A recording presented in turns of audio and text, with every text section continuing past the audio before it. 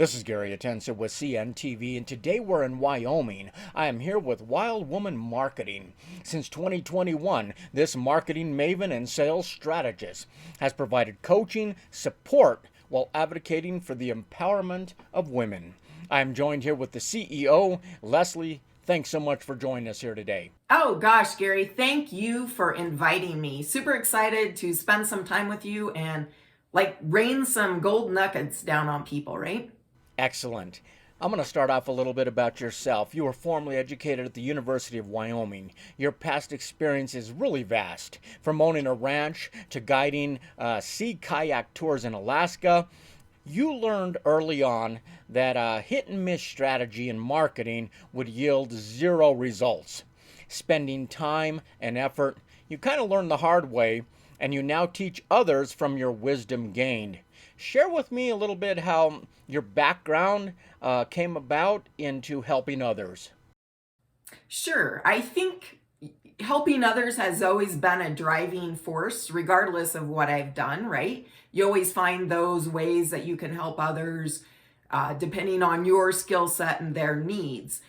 But what I'm currently in really speaks to my expertise in the sense of my brain looks at the big picture. So I've tried a gazillion, at least it feels like it, marketing strategies and found the one that worked for me. But really in that process, I found marketing is super cool. And if we don't work on what's here, I could give you 100 leads every day, right? And you're not going to make any sales because this upstairs is not in sync with what we're doing marketing wise. So that really and of all the things I've done, it's always been sort of that strategy. How can we do things better, easier, different? Let's think outside the box, which, as you know, that doesn't really work in the normal world, right? People were no, we've always done it this way. We can't do anything different. So it was always a struggle for me to work for other people. Obviously, the core is helping other people, like you said, really the driving force throughout whatever you've done in the past. I mean, the driving force of any business is marketing and sales, is educating business owners on the power of these two vital on their journey to success. Ooh, that's a deep question, right? We could spend an hour on that alone. But I think you've absolutely hit on something. One, I agree there's a difference. And two, there's a similarity, right? I think what got me into sales, because I was doing marketing and I kept running into people and they came to me for sales help. And really what they were doing was dead on as far as marketing. And so I would be, why is this not working for them? Well, it's because we all have this hang up about sales. And we think that marketing and sales are two different critters and don't speak.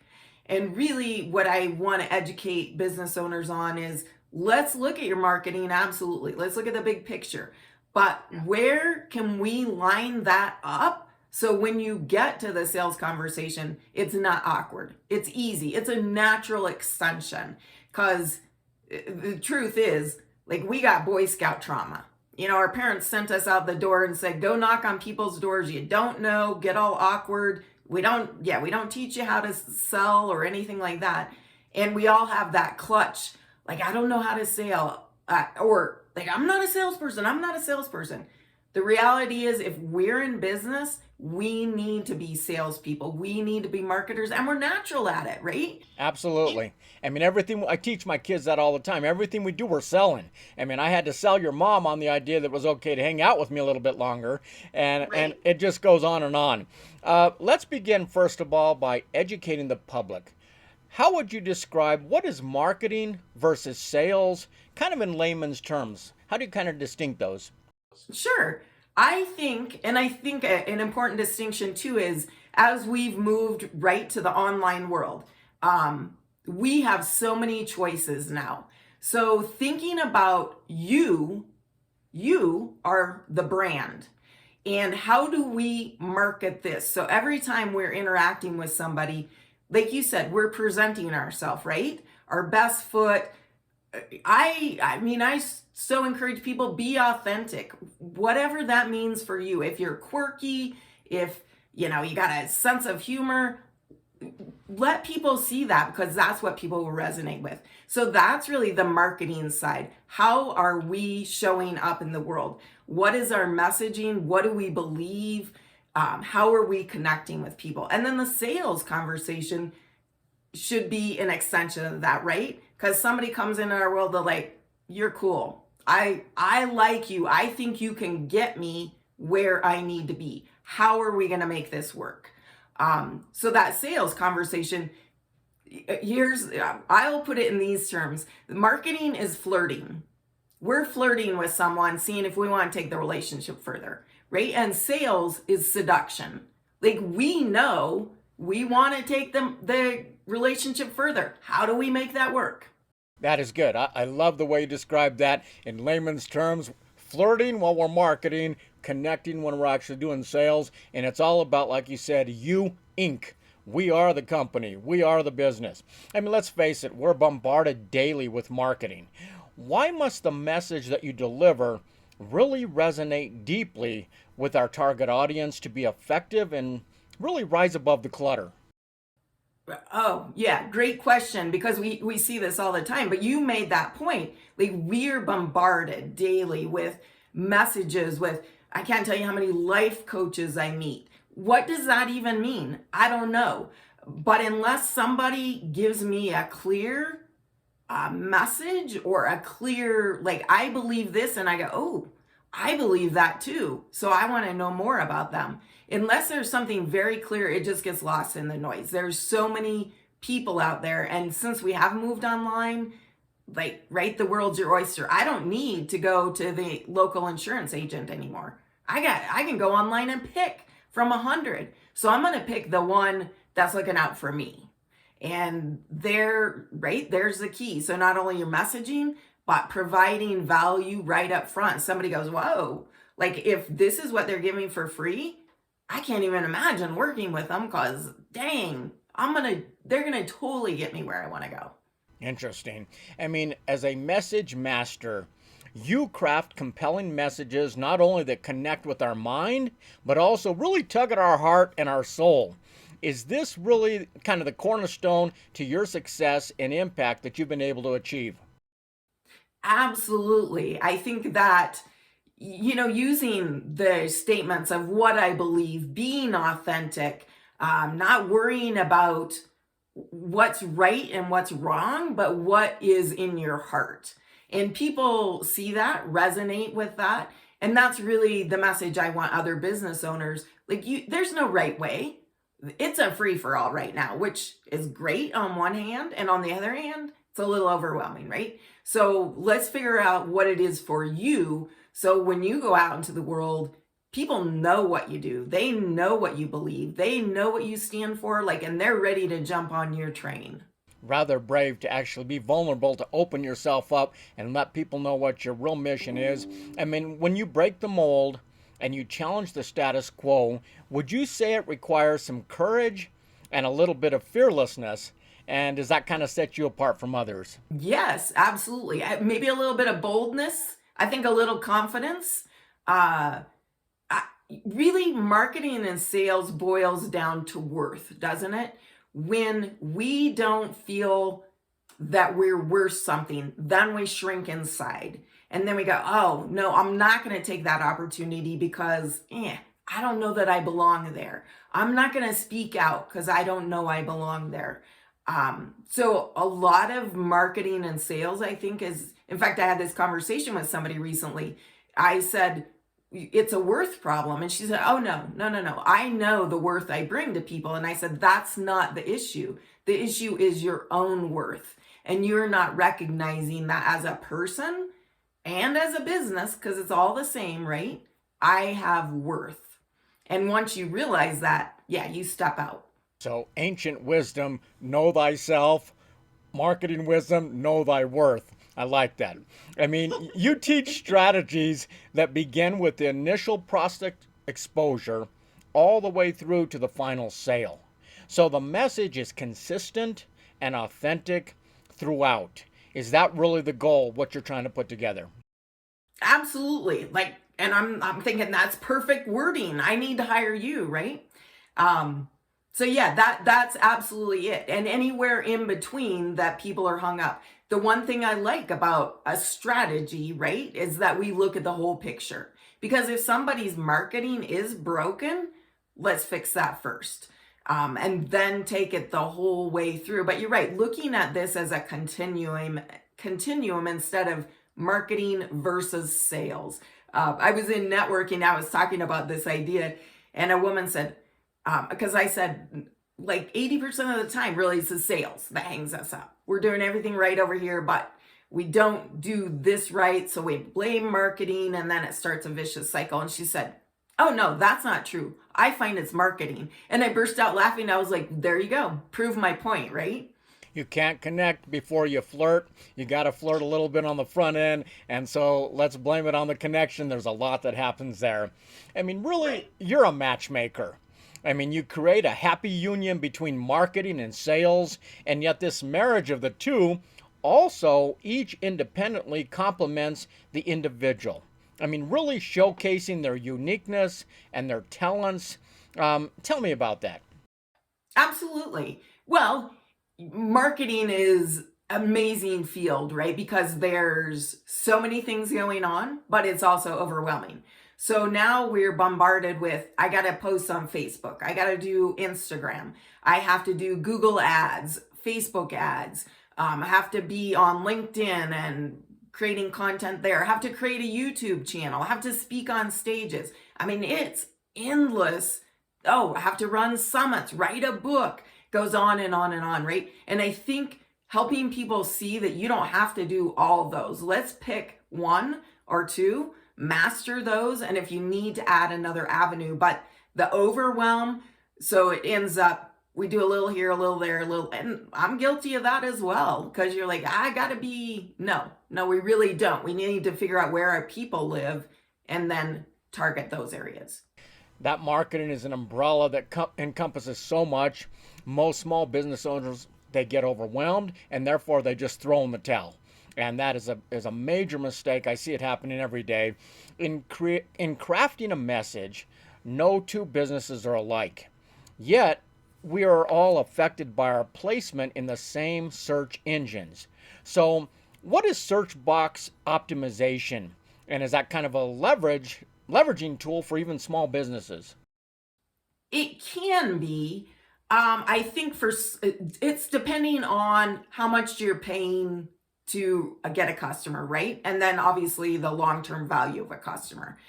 But it can be because what it happens is the business shows up in the drop-down menu.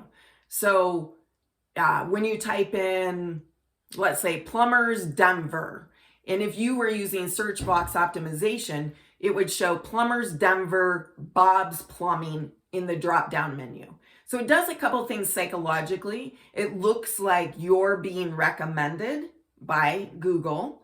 It's also putting that in your mind, right? And now you start seeing those, you can also tie it to other things. So you then see Bob's Plumbing more often, those kind of things. So it can actually be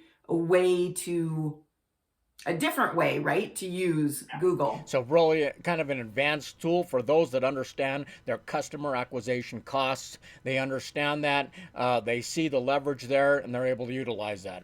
I mean, your Absolutely. passion Yeah. is in helping women enrich and elevate their message to the world. You have now Right. extended that assistance to helping churches with their marketing message. Tell us about the church in a box before we let you go. Sure. And this is like in the works, right? I hope everyone gets like the tap on the shoulder or the inspiration. You're like, oh, that wasn't on my plan, but yeah, I hear the voice calling me. So somebody put this in my ear, but really churches are struggling right now. And I think the messaging can be tweaked, right? We need churches. We need those places where we can go be with like-minded people, community, doing good, wanting to be a better person today than we were yesterday, lifting and supporting each other.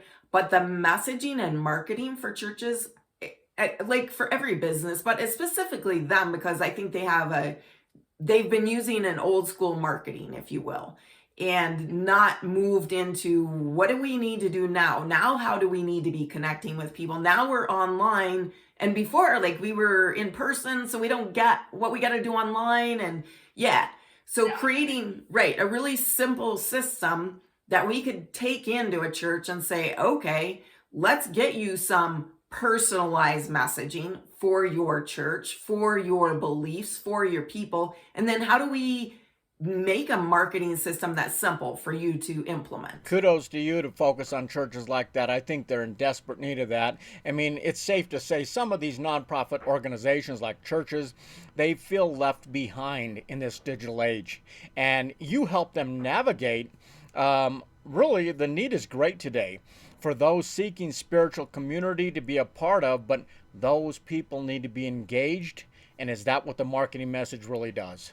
Right. I think it absolutely can, right? When I know, because when I'm looking for a church, and somebody actually I ran into said, oh, yeah, I moved to a new community and I was looking for a church. What is it that I'm looking for? He said, I was looking for that they're out in the community doing good, that they're engaged with the community that I want to be a part of, not separate from. So some of those ideas of really switching that narrative, right? I think people who go to church now, like we all have bought into God. So that should be off the table because we get it, right? We don't need to be sold on that idea. What we need to be sold on is, are these people that believe the way I believe? Are they on a mission to create a better space on our planet?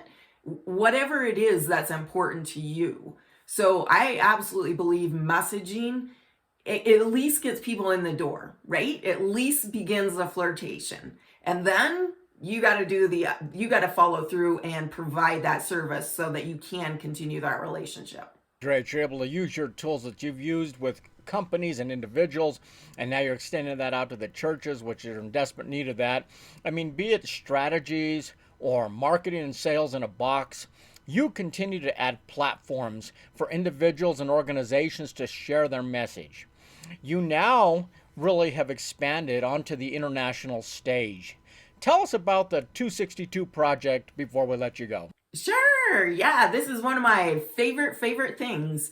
Um, yeah, the organizer, Deb Drummond out of Vancouver, she had, speaking of being tapped on the shoulder, she had this idea when she was in her 30s and now is coming to fruition 20 plus years later.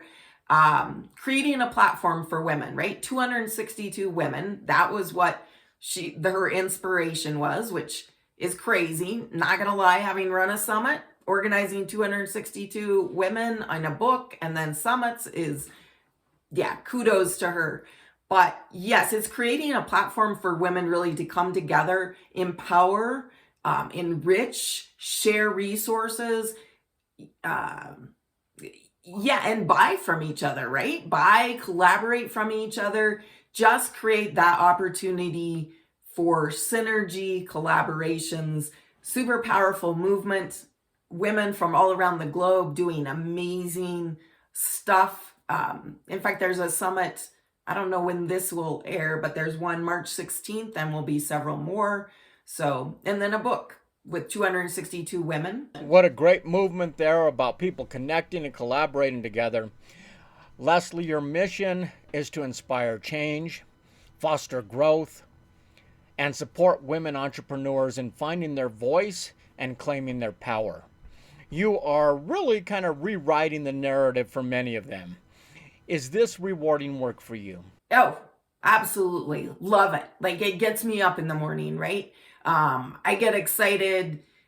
I was on a call today and I think because I can be a little, excitable, right? But I get excited when other people start talking about their business. I'm like, have you thought about this? Or did you hear the words that you were just saying? This is a great tagline because so often like we're in it, we're in the trenches and we get worn down, especially as solopreneurs.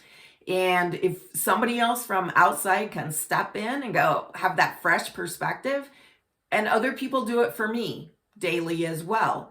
But say, ooh, have you thought about this? Or what about that? Yeah, that I totally love that, obviously. Totally groove on that kind of thing.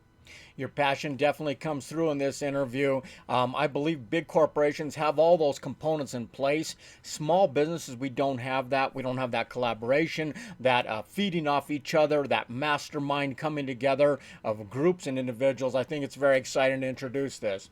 Viewers, let's take a look at the bottom of the screen right there. What you're going to see is her website. On the website, you'll see all the services she provides. I mean, honestly, by default, we are all sending a message out there to the public. But is it the right one? One that proclaims the authentic you. Reach out today. That is Wild Woman Marketing, empowering authenticity with elevating strategies. This is Gary Atencio with CNTV. And if you don't know, now you know.